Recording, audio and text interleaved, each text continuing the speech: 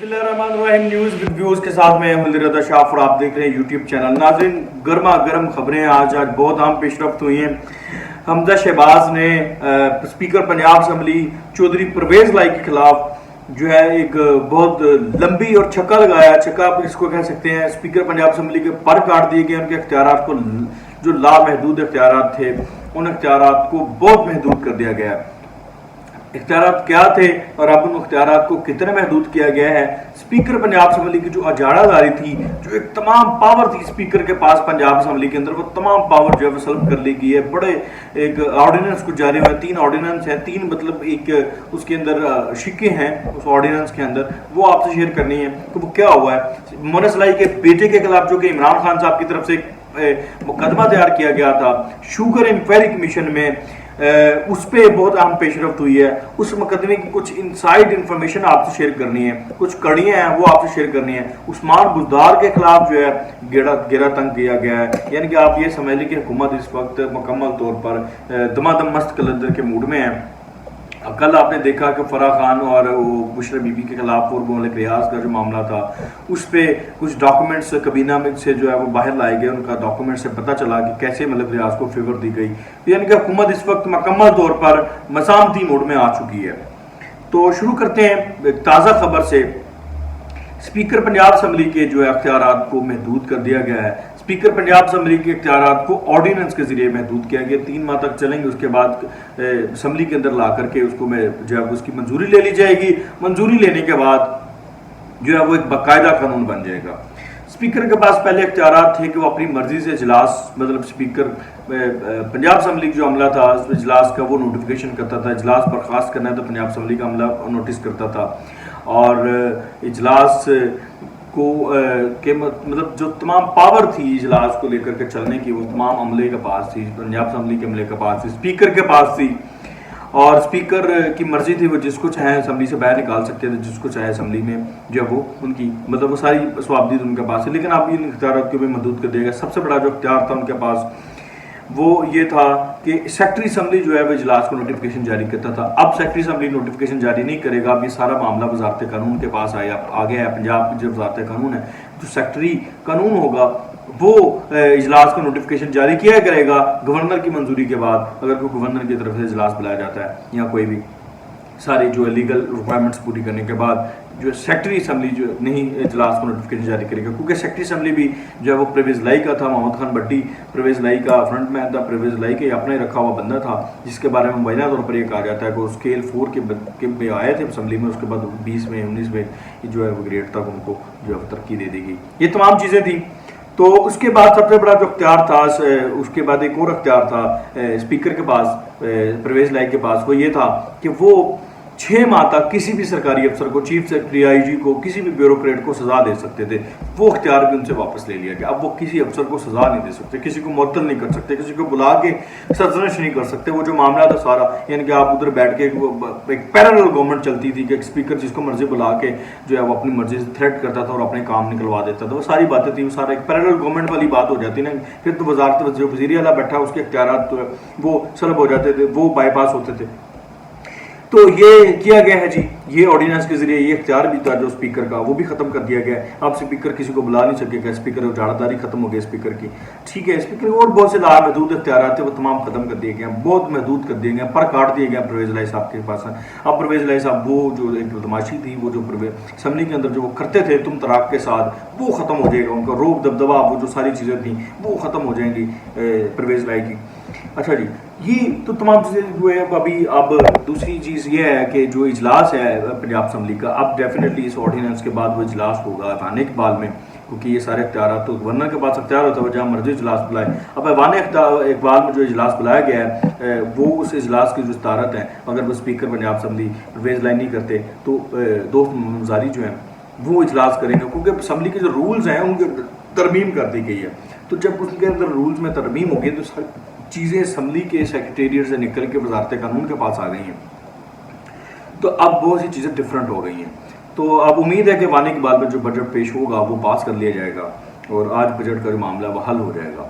तो दूसरी तरफ जो परवेज़ लाई वाला इजलास है वो तो गवर्नर ने कल रात का ही मनसूख कर दिया हुआ है, सस्पेंड कर दिया हुआ है, मुअत्तल कर दिया हुआ, ख़त्म कर दिया हुआ है। ये इजलास की सारी पेशरफ थी, सारी अपडेट्स थी। उसके अलावा मोहन इस्लाही जो बड़े फड़ा रहे थे, और मोहन इस्लाही के खिलाफ बहुत सी चीज़ें थी जिन चीज़ों को इस्तेमाल करके, चीज़ें तो ऑथेंटिक थी लेकिन उन चीज़ों को इस्तेमाल करके इमरान खान ने 3.5 साल परवेज लाई को अपने साथ रखा, ब्लैकमेल किया, वटेवर जो भी किया। लेकिन उसके बाद ये अब इस वक्त उनके साथ इसलिए हैं कि वो फोल प्ले करके परवेज लाई बेवकूफ़ी कर गए या मैनेज हो गए। उसके बाद वो गलती पे गलती करते जा रहे हैं उसको सुधारने की बजाय।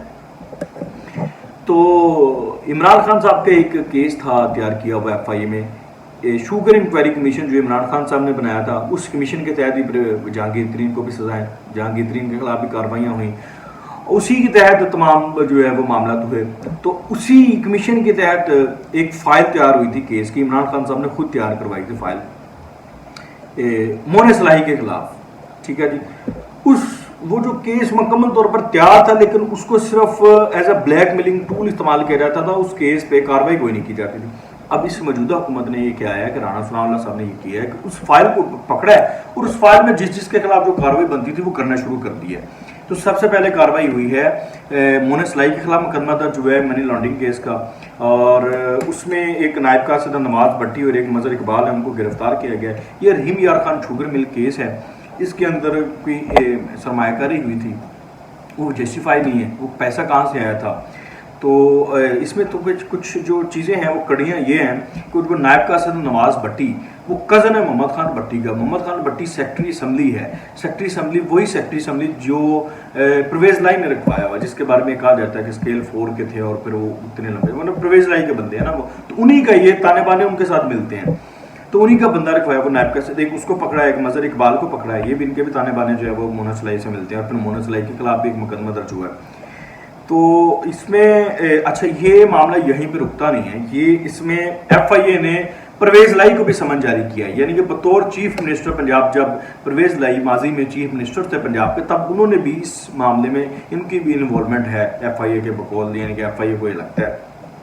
तो मुबैना तौर पर उनके भी कुछ समझ जारी हुए हैं और राणा सनाउल्लाह साहब ने भी कहा है कि उनको भी बुलाया जाएगा, उनको भी इन्वॉल्व किया जाएगा, उनसे भी तहकीकात की जाएंगी, उनके इख्तियारात पे भी उनसे सवाल पूछा जाएगा जब वो चीफ मिनिस्टर थे और इस शुगर मिल में जो मामला है, इन्वॉल्वमेंट है और फ़ायदे वगैरह जो भी है, जो बेज़ाब्तियाँ हुई हैं, उस पर उनसे भी सवाल होगा और उनसे भी पूछा जाएगा। तो ये जो है मामला इधर है। और तीसरा मामला जो आज हुआ है वो हुआ है उस्मान बुज़दार साहब जो हैं। उस्मान बुज़दार साहब के बारे में कहा जाता है कि उस्मान बुज़दार साहब जब गवर्नमेंट करते थे, उस्मान बुज़दार साहब के एक प्रिंसिपल सेक्रेटरी थे, टीके जिनको कहते हैं, टीके के नाम से मशहूर थे, ताहिर खुर्शीद उनका नाम था। मुबैना तौर पर ही कहा जाता है कि जितनी भी पैसों के बारे में जो मामला होते थे और करंसी तबादले और मुख्तलिफ बाकी जो चीज़ें थी वो सारी इनकी इन्वॉल्वमेंट थी, इनके बारे में बहुत मशहूर थे ये, मतलब इन तमाम चीज़ों में, सहाफ़ती हल्कों में, और इनके बारे में बहुत सी खबरें भी छपी थी। तो ताहिर खुर्शीद के मुबैना फ्रंट मैन जो थे एक वसीम तारिक जिनका नाम है, ये चीफ इंजीनियर है, इनको एंटी करप्शन ने गिरफ्तार कर लिया है। तो ये इनके मुबैना गिरफ्तार हैं, मुबैना जो है इनके फ्रंट मैन है वसीम तारिक। इनको FIA ने जब गिरफ्तार किया है तो इससे ये पता चलता है कि अब अगली बारी जो है वो ताहिर खुर्शीद की है, चूँकि वसीम तारिक से जो तफ्तीश होगी उस तफ्तीश की बुनियाद पर ताहिर खुर्शीद को गिरफ्तार किया जाएगा और ताहिर खुर्शीद की से तफ्तीश की बुनियाद पर उस्मान बुज़दार तक पहुँचा जाएगा। यानी कि इस वक्त हुकूमत ने उन तमाम मोहरों तक पहुंचने का फैसला कर लिया जिन मोहरों के ज़रिए करप्शन होती रही है माजी में। पंजाब में करप्शन होती रही है, मरकज़ में करप्शन होती रही है, मरकज़ में जो फराह खान और वो कल आपने देखा कैबिनेट में फैसले हुए हैं। तो ये तमाम चीज़ें जो है वो जो है इससे लगता है कि हुकूमत इस वक्त मुकम्मल तौर पर निज़ामती मोड में आ चुकी है और इमरान खान के खिलाफ जो पहले कहते थे कि बातें नहीं करें, सिर्फ केस बनाएं और गिरफ्तार करें, तो अब उस पोजीशन में आ चुकी है।